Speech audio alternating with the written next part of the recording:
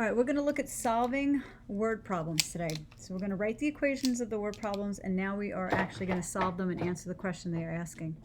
So in the first one, we have the perimeter of a rectangular city is 94 miles. If the length of one side is 1 mile less than 3 times the width, find the length and width of the city. You're not going to guess and check this. So since it involves a perimeter of a rectangular city, we're going to draw ourselves a rectangle. We know our perimeter is 94 miles, so we'll put that inside. And now we have to look at what we have a description of and what we don't. We do have a description of length because it says if the length of one side is 1 mile less than 3 times the width. So what we don't know is the width. So we can cross it out, make it x, and put that on both sides of our rectangle. The length we have a description of. It's 1 mile less than, so we're going to subtract 1. Less than means we're switching order, so we're going to subtract 1. 3 times the width, so 3x. So 3x minus 1. And we're going to put that on both sides of the rectangle. Now the perimeter is equal to 94, and we know that the perimeter is when you add up all your sides. So we're going to take this now and add up all our sides. So we're going to get 3x plus 3x is 6, 1 more x is 7, and another x is 8. So we have 8x. Negative 1 minus 1 more is minus 2, or negative 2. And it equals to our perimeter of 94. Right now we're in a position to solve this. So if you want to draw that, separate your equation into 2 parts, that's fine, down the equal sign. We're going to add 2 to both sides so we can get x by itself, and that's our first step. We add or subtract first, then multiply or divide. So we're going to get 8x equals 96. Now we're going to divide by 8 on both sides, and we get 1. So x equals, and 96 divided by 8 is 12. Now we have to go back and answer the question of what is the length and the width of the city. Well, our width was x, and that happens to be 12. So it's 12 miles. So now you're going to put a unit on here because you are dealing with a real-life problem. The next is that we have length that we need to find, and our length was depicted by 3x minus 1. So we're going to take 3 and substitute in the 12 for the x minus 1. So we're going to get 36 minus 1, and that equals 35. And that's 35 miles. So if you want to write it on your figure, you can. It's 35 and 35, and x was 12 and 12. And if you want to check, 35 plus 35 is 70, plus 12 is 82, plus another 12 should be 94, and that was our perimeter. Okay? So that's how you now set up your equations, which you're good at, and now we can solve them, which you're also good at, so we're bringing the word problems together to do both. All right, let's look at the next problem. We've done this before just in creating the equation. Now we're going to solve it. So Jenny's 3 years older than Esteban. Esteban is twice as old as Jake. The sum of Jake's age and Esteban's age is 81. How old is each person? So in this case, we're going to need a chart, and we're going to need Jenny. We're going to need Esteban, and we're going to need Jake. Now, you have to go through it again and find out who do you not have a description of. Well, they're telling you that Jenny's 3 years older than Esteban, so we have a description of Jenny. We're also told that Esteban's twice as old as Jake, so we have a description of Esteban. We don't know anything about Jake, so we make him x. And in the word problem, you can just make him x also. So now let's reread. We know that Esteban is twice as old as x, so that means 2x. When we cross out twice as old means 2 times, so 2x. So we put that in our chart. So Esteban is 2x. Jenny is 3 years older than Esteban. Well, Esteban is 2x. 3 years older than is 3 plus. So Jenny is 3 plus 2x, or if you prefer, 2x plus 3 is also okay. As you remember, that in addition, it doesn't matter the order in which you add the commutative property. Make sure that the answer comes out the same. So now we have to follow the directions here. The sum of Jake's age and Esteban's age is 81. We're not adding Jenny's age. We're only adding Jake's and Esteban's. So the words tell you how to set up your equation. So we have Jake plus Esteban is equal to 81. So Jake is x, Esteban is 2x, so we're going to take x plus 2x equals 81. So if you're ever unsure how to set this up, take the words and write them down, just as they're saying, and you kind of are creating an equation that you can then substitute in the actual variables for. All right, so 1x plus 2x is 3x, which equals 81. Divide by 3 on both sides, and x equals 3 goes into 8 twice, carry 2, so 27. All right, so what that means is each person has an age. So Jake is 27. 2 times 27 is 54, so that's Esteban's age. And 54 plus 3 is going to be 57, and that's Jenny's age. And your check should be on Esteban and Jake. 54 plus 27 equals 81, which is what we were told. And then you know you have the correct answer. All right, then we get into our consecutive integer word problems. Again, we already know how to set these up. Now we're going to solve them. So let's do a quick review. Consecutive integers are one after another. It does not say even or odd where you skip counting by 2. It just says consecutive integers. So examples are 10, 11, 12. Okay, examples. So that's an example of your consecutive integers. So what we're going to do is set up our table. Our first integer, so I'll put first number. Our second integer, so second number. And we have 3 of them, so our third integer, or third number.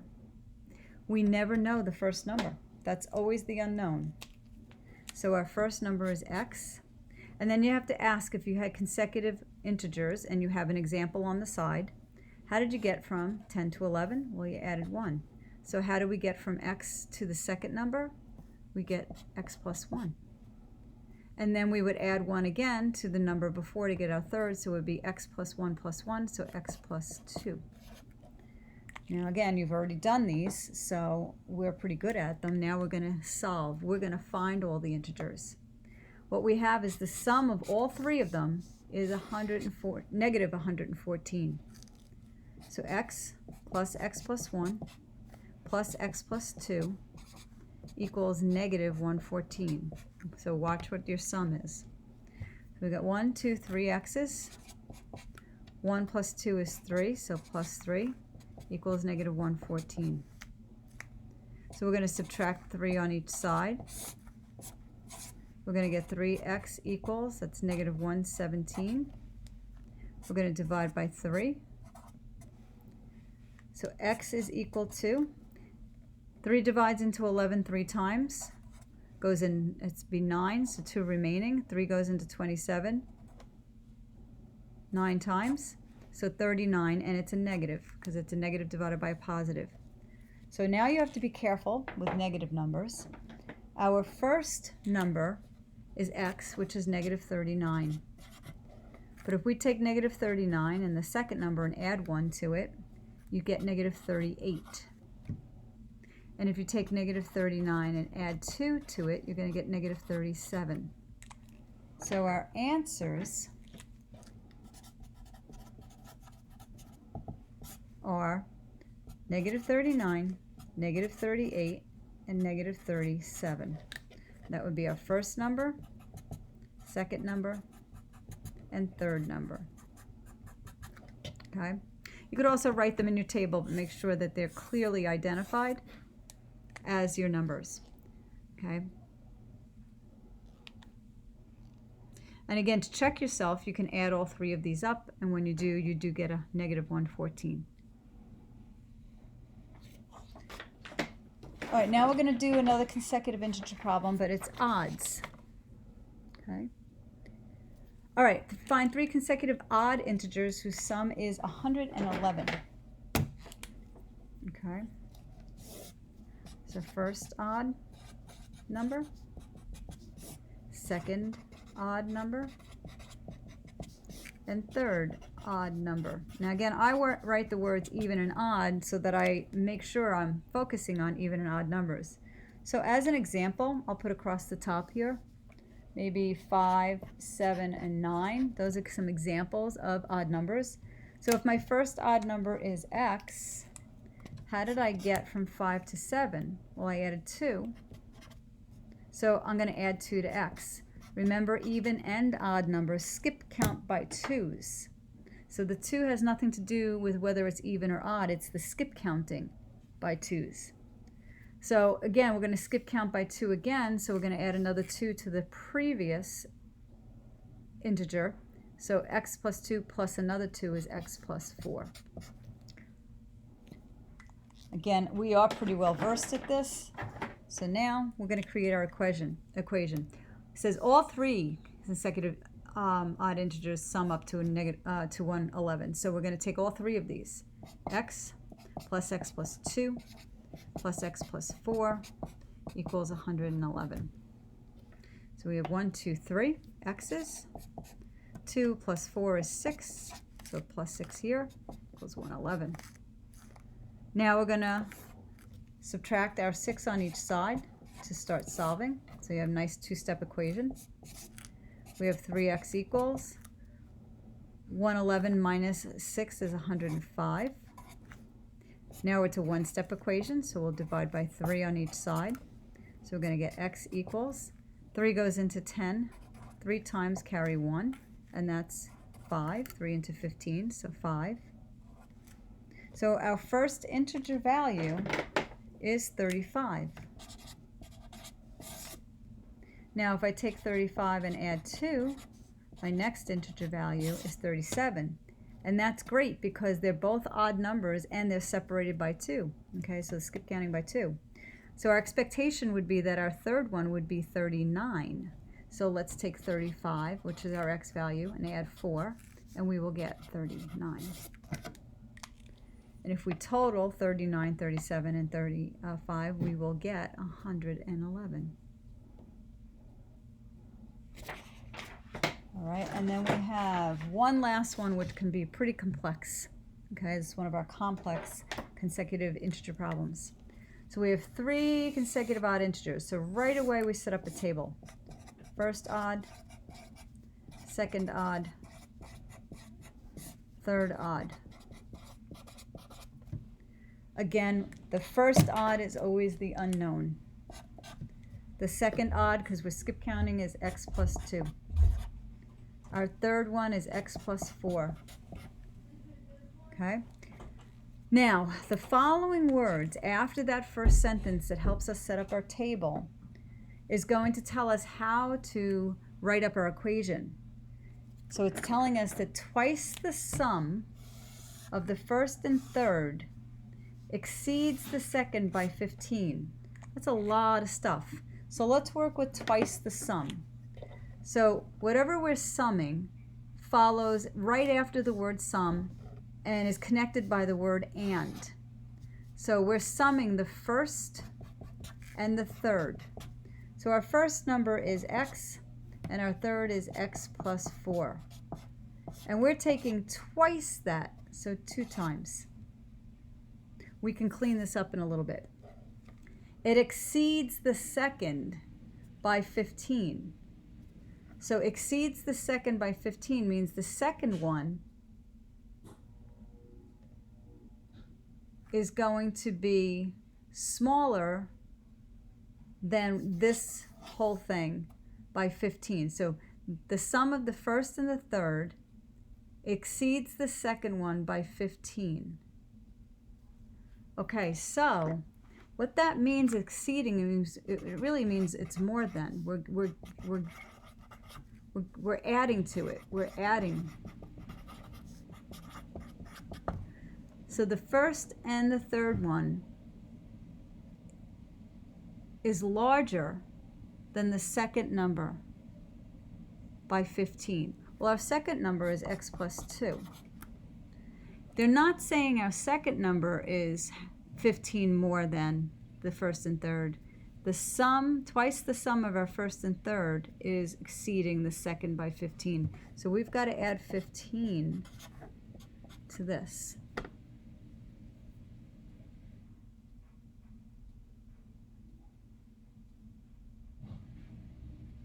Okay, so now we're going to do some cleanup. In here we're going to combine. So we're going to get 2 times the quantity 2x plus 4 plus 15 equals x plus 2. Now we're going to do some distributing. Okay, so 2 times 2x is 4x, 2 times 4 is 8, then plus 15, and that equals x plus 2. All right, we're going to do some more combining now on this side. 8 and 15 can be combined, and we're going to get 4x. 8 plus 15 is 23, equals x plus 2. And now we're going to be able to bring our x's to one side, numbers to the other. So we're going to subtract x on this side. We're going to get 3x plus 23 equals 2. And we're going to get 3x, 23 equals 2. We're going to put that over here. We're going to subtract 23. We're going to get 3x equals negative 21. So 3 is going to be divided on each side, so x equals negative 7. So now that we know x is negative 7, we can substitute in our numbers and see if we get the right answers. So negative 7 for x. Negative 7 plus 2 is going to give me negative 5. Negative 7 plus 4 is going to give me negative 3. So those are odd integers. Skip counting by 2. It's negative 7, negative 5, negative 3. Okay. And now if I want to do a check, and I can do that here, we can take the words and see if this is going to work out for us. Just to do a quick check. We know that the first 2 times the first number, which is negative 7, and the third number, which is negative 3, added together, is going to be bigger by 15 than the second number, which is negative 5. So we're going to total these up. We're going to get 2 times negative 10 plus 15, and that should equal negative 5.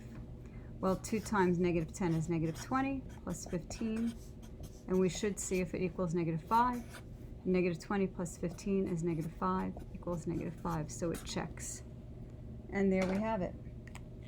All right, so this is a really complex problem, but again, following the words, set up first equation, first line tells you how to set up your table, and after that tells you how to set up your equation.